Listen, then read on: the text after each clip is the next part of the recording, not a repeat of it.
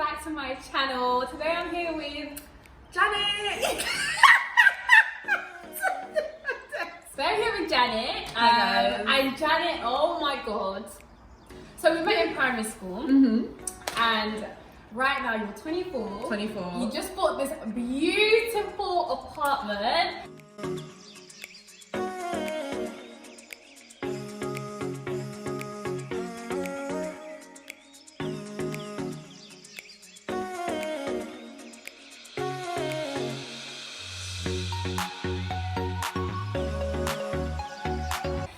I'm not even going to tell you guys about her car, but let me just say it's a much white, fresh. Glory be to God. And you are 24. Yeah. So, in today's video, I just wanted to talk to you about specifically your journey to buying this property. Yeah. And like how you use the help to buy scheme, etc., etc. Did you decide you wanted to get on the property ladder? I think that's always kind of been my aspiration. Because I was living with my mum, so I knew that I wanted to move out. Kind of wanted my own independence. So I didn't go to uni, so I've never had that time away from home. So yeah, I knew that I've always wanted to move up, but I just thought that renting wasn't ideal for me because I just felt like the money was just kind of just going away. Do you know what I mean? Yeah. So, but like, at what age did you decide? Okay, cool. I want to move out. I want to get my own property.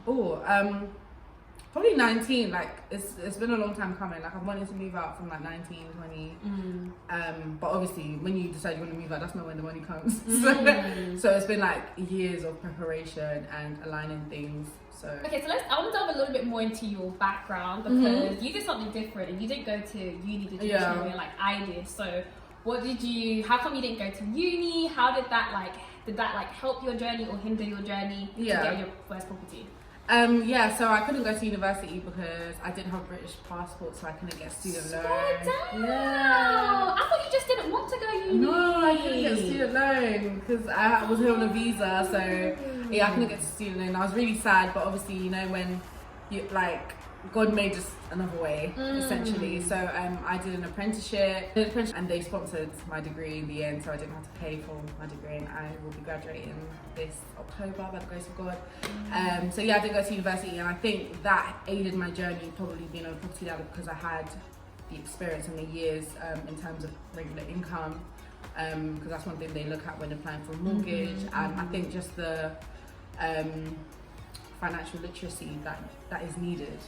I think that's one thing that helps me. So I would say it helped me in the long term. Yeah, and even when I spoke to this, I remember when I was going around to like mortgage advisors, I went to one at a particular bank, and the guy was saying even just working in financial services can help you like get on the property ladder because as a lender they feel like you know a bit more about what you're doing. So yeah, I can definitely see how that would help. So what made you decide to go with the help to buy scheme, and how did that help you on your journey? So the help to buy, I don't want to say that I decided, it's what I could afford, if we're being totally honest. I knew that my first property I didn't want it to be buy to let because I wanted my own space. So like, how does the help to buy scheme? Like, what even? Can you even explain it to us? Like, what is this help to buy scheme? I don't know. Okay, so the help to buy is a government funded scheme. Essentially, they give you a loan of either 20% outside of London, 40% if you're buying a property in London, and it's interest free for 5 years. After 5 years, you've got an agreed interest rate increase that you agreed prior to signing any like binding documents. So after 5 years, you start paying your interest. And yeah, so a lot of people don't like the buy to let scheme. Wait, so they give you, as in, so you put that, so there's a house value and they give you 40% of that house value, and then you put down 5 or 10%, whatever you can afford. So then basically you're going to lenders with already 50%. No, so the lenders are lending on the basis that the government is going to lend you 40%. So you're doing it simultaneously. Do you get it? But from the lender's perspective, are they thinking, okay, I'm only lending this person 50%? Yeah, essentially. What restrictions came with the help to buy scheme? Because I know that I was looking into it and I realised for the path that I was going to go down, actually it didn't really work that well. Yeah, so one of the restrictions is you can't rent out the house or kind of apartment or Airbnb it, because you will, if you get caught, you potentially lose your entire deposit and the whole mortgage, which is obviously not ideal. Exactly. So you can't make money on your purchase essentially. and it's for first time buyers as well. So if you've already bought property, you won't be eligible for the Help to Buy. But I think that's changing. I think with the new 95% legislation, in London. But for me, those are the only kind of restrictions that matter, is the fact that I couldn't rent it or get money from it. And of course, the interest after 5 years as well, that's something that you have to think about. But I think if you've got kind of a 5-year, 10-year goal and you've got your financial plans, you can work around that. Well, is this the same thing as the one where like you save like £500 and they give you £500? No, I think one of my friends are actually doing that scheme. I don't know anything about it, so I don't want to speak on it. But I think with that, they are entitled to monitor how much you save a month. So they're giving you the house on the basis that, say you save £500 a month, and you have to show proof that you're saving that, because the end is to buy the apartment or the house. You're on the Help to Buy scheme, so maybe that one's like the Help to Buy ISA. No. So it's called the ISA as well? No, mine's just Help to Buy. It's just called the Help to Buy, but you can use the Help to Buy ISA. That's a good point. So I use the Help to Buy ISA, in which the government gives you 25% on top of whatever you saved in that ISA. Wow. Free money. So, but then they stopped that account. Then, so the money you saved, then the government gave you 25% of that, and then did 40% on your total value. Wow. Okay. So when did you when was the first time you opened up your Help to Buy ISA? I don't remember. I think it was a year before probably I purchased the house. I didn't expect to purchase that soon, but you can save, I think it's up to £200 a month. I remember that was something else that I didn't capped. work for me, because I was capped, like, So the reason why I really love that we're doing this video together is because I think that there are like two types of people. Some people, probably like with my audience, like some people I think it will be best for them, because I think that with social media and stuff, sometimes like people get offended by like other people's choice, or they feel like, okay, this person saying that they got their first buy to let, their first person was buy to let, okay, I need to do that. But it's like you have to choose what is best for you. 100%. And like I feel like that's what you've done. Like if I was in your shoes, I probably would have done what you did as well. And I've chosen what's best for me. What for you like were the pros or like the pushing factors for you to go down the Help to Buy route? Because I did a video recently that basically just speak about all the pros of like doing a buy to let and like why I did it. And so like for you, like what would it be like over my situation, if that makes sense? Yeah, so I think the first thing will probably be experience in being a property owner. I think it's such a big responsibility,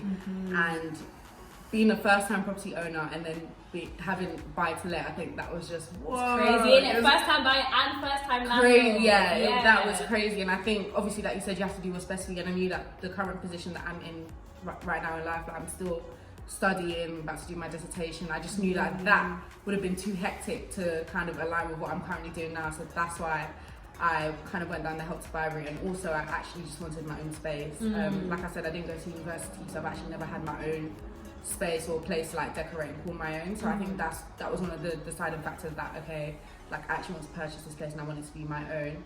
And I think we were discussing this earlier, getting a buy-to-let mortgage is so difficult if you haven't had a mortgage history. So that was another thing, and I just wasn't prepared for the headache.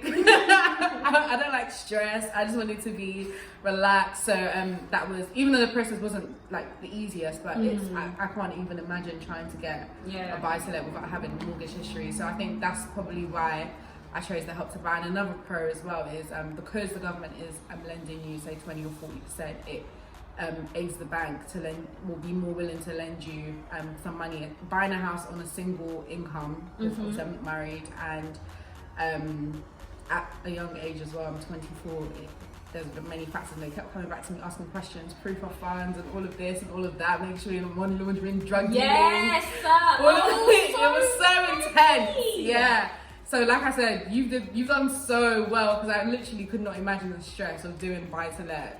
So I think that's why I did a Help to Buy, and I just knew that like with the government's backing, I'd probably get accepted, which I did, because I didn't have the capital for 25 or 30% of my house price, because it was quite a lot. And then like for me, like one of the reasons why I feel like moving out is like scary to me, like we kind of discussed it, is living by yourself. Like how do you do that? Because I'm scared. Just, even in my house, like there's quite a few of us, but even when there's no one home, I'm just like, I heard something downstairs. Did I hear something downstairs? So like like how has it been like living on your own? Like, what advice would you give to people who are gonna like thinking about, oh my god, I have to live out on my own? I think it's actually a good point, and that's one of the reasons I chose an apartment as well rather than a house, because that was another option and that was another route I was thinking. But definitely from living with my mom and moving out to an apartment, it's made the journey easier because it's just space. It's just one open space. There's no upstairs, downstairs. There's no creaking. There's no garden. There's no, do you know what I mean? There's less things that you need to worry about. Like, and it's a protected building site as well. So as a girl or female, that's what you're kind of worried about, protection, especially if you're living by yourself.